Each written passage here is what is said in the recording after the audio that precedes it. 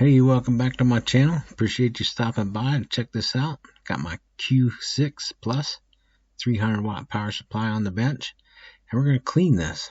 So this is the older the Q6 Plus, so not to be confused with the Q6 Lite. Anyway, so we have a fan, and this is a heat sink in here. So there's the fan. Let me see if I can get that rotated for you. So a little fan draws air through. There's a heat sink on the inside, and down in here it kind of gets dirty and grimy and dusty, and so we want to kind of get in there and clean that out and make sure this is all ready to go. So a little maintenance on your charger. So that's what this episode's about, so stay tuned. We'll take this thing apart, clean it out.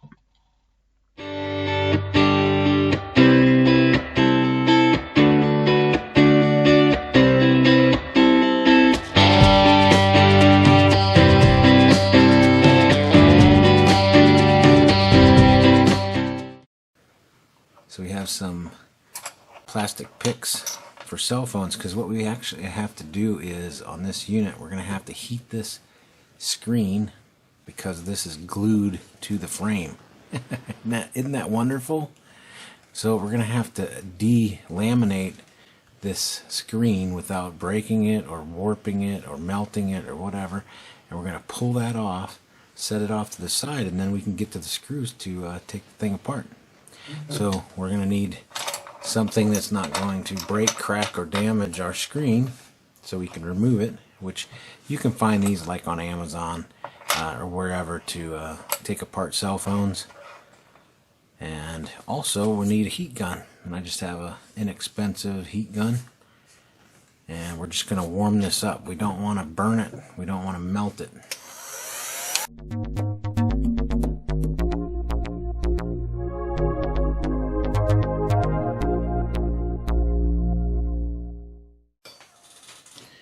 Now once we get this warmed up to, it's pretty warm to the touch. You can still put your hand on it without it, it's not gonna burn your fingers or anything.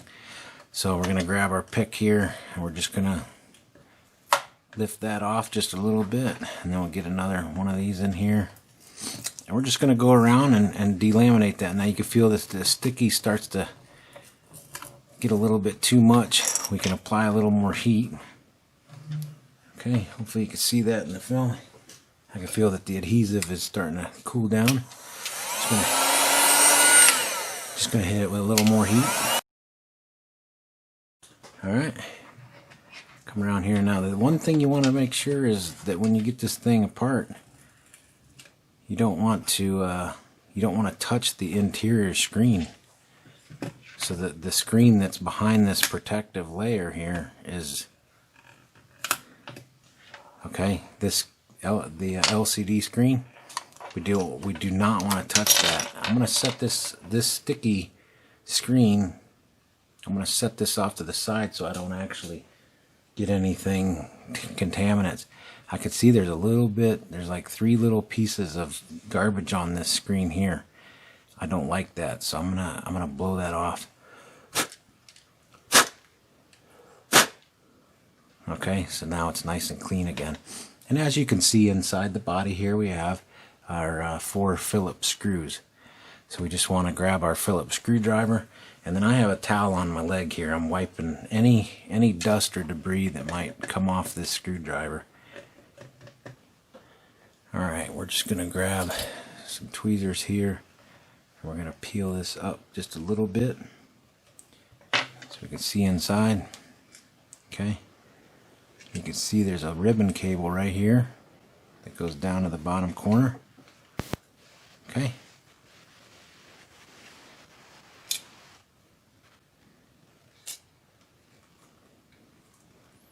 Just going to turn this over here so we can get to the bottom of it.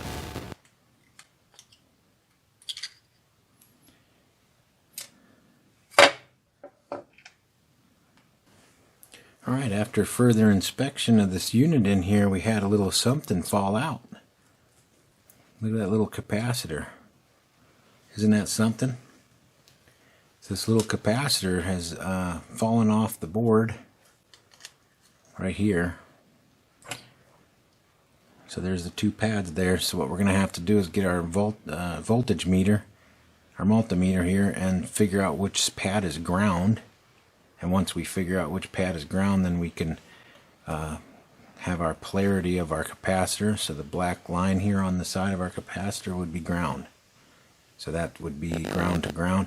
And we're going to have to reflow that capacitor on here. So I'm going to go ahead and get that cleaned up, and I'll solder that capacitor back on. But I'm going to have to remove this screen to work on this, because I don't want to damage that screen or scratch it. So I'm going to have to take this ribbon cable off. And there's a sticker in here. If you can see this on the film. Is that better? Let me see here. So there's a ISDT sticker that's holding this ribbon cable. I'd imagine that's for warranty purposes. They don't want you getting in here and messing with that. And then can you see that through that hole? Let me zoom in real quick. So through this hole in the front of the thing, you can see down through there, there's a little tab on this side and another little tab on this side. And you just push that. Those are locks. So once you pull those back, then that will unlock that ribbon cable. Can you see that? So I push this one all the way back, and then this one here I push all the way back. And now that should free up that ribbon cable to come out. Just give it a little wiggle. Yeah, it's moving. So we don't want to force that ribbon cable out too hard. Let me get a chopstick. I like to use something a little less aggressive. So now that's separated from there. And of course the warranty's probably shot now, which I don't care because I've had this for a while. Alright, so a few minute video is going to turn into a lot more. So we got that all apart. Now I'm going to have to go in here with my multimeter and figure out that capacitor. I assume that maybe this thing took a hit at one point in time and that just came off. Or how long has that thing been rattling around in there, I wonder. So I'm going to go ahead and get that soldered up real quick. But again, I guess if this happened to you, this black edge line on your capacitor is ground. Let me grab my multimeter real quick. Alright, we got our multimeter here. So let me see, grab something useful. Set that up. There we go. See that screen good now? Okay, so we have it on continuity. The function is for it to let us know. So I'm just going to see this capacitor here, the side of that barrel.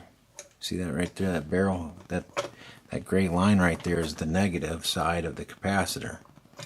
So that should be in line with this. So nothing on that pad. Okay, so that's the pad. So we know that this pad here is the negative side. So this capacitor is actually going to be soldered back in place. Like that. And that's it. So that's it. I'll go ahead and finish cleaning up this. It's not really that bad. I just need a little bit of isopropyl alcohol to clean this, and then scrub that out. But not too bad. We'll get that cleaned up, and then we'll get this back together. Alright, so putting this thing back together, there's you can see inside here, so that your bounce lead pins have to come out this side. So that's something you just have to kind of articulate these bounce lead pins back into that hole. So they don't make it super easy to do, unfortunately, because the fan has to go in first. So the fan inside has to go down inside that whole holster first, and then these bounce lead pins, so you kind of have to go, you know, at an angle like this, and then drop it down in. And the easiest way to do it, to kind of get that down in there, make sure your fan is in where it needs to be, and then this other XT60 has to drop down into that hole.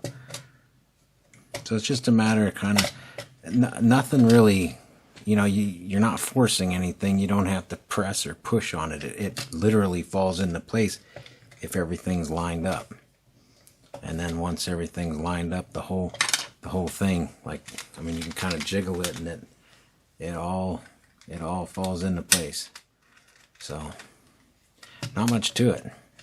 Now this obviously did take a little bit of a hit because this one stem here for the screw is cracked. I'm not too concerned about it, so I'm going to continue. And then I got a little smudge here. Just want to make sure this is nice and clean before we put it back together, or you're going to be looking at that every time and you're going to be so aggravated, right? So go ahead and get these screws in. I'm going to put this one in first since he's the one that's damaged. So if you rotate your screw counterclockwise until you hear a little bit of a click, you'll be right on those threads the way you need to be. And I'm only going to tighten that down just enough, especially that one's damaged. So again, counterclockwise until you hear it and feel it. Then you know you're lined up. So not much to getting it apart, but I guess if you've never done it before, it can be kind of puzzling. And if you never thought about having to clean this thing out, you know, it might be time. Nothing worse than this thing just sitting there overheating because that fan's full of dirt and, you know, your backpack debris. Lord knows what's in that, right? So I'm going to get everything buttoned up here, and then the screen will sit back down once I get the other part. Everything's in place, buttons work, wheel works. I'll go ahead and plug in a power supply to that. So we'll go ahead and plug in our power supply. And of course, the whole time we're making sure we don't touch this screen. And turn the switch on here. Okay. Just gonna make sure everything looks good. We can scroll through and change everything. Okay. So we'll go ahead and turn that back off. Okay, unplug him, and I'm just gonna one more time. I'm gonna check my 4 screws, and then I'm going to clean that screen just a little bit more. We're just gonna check, make sure we got all 4 screws snug, good. And this one here we're just really delicate with because he's cracked. And then all good. All right, we'll get that other screen sticky back on. So we have him. I'm just going to take a little bit of this towel here. This is just a microfiber. It's what I clean my FPV camera lenses off with. So I'm just going to go on the inside here and just make sure that that's all cleaned off. And we're going to go ahead and place him nice and neat. Alright, that's it. Our Q6 is maintenanced and ready to get back into service. Hey, if this video helped you out and you know, or entertained you, give me a thumbs up and subscribe if you hated it. Man, you give me a thumbs down, it all works. Enjoy the breeze.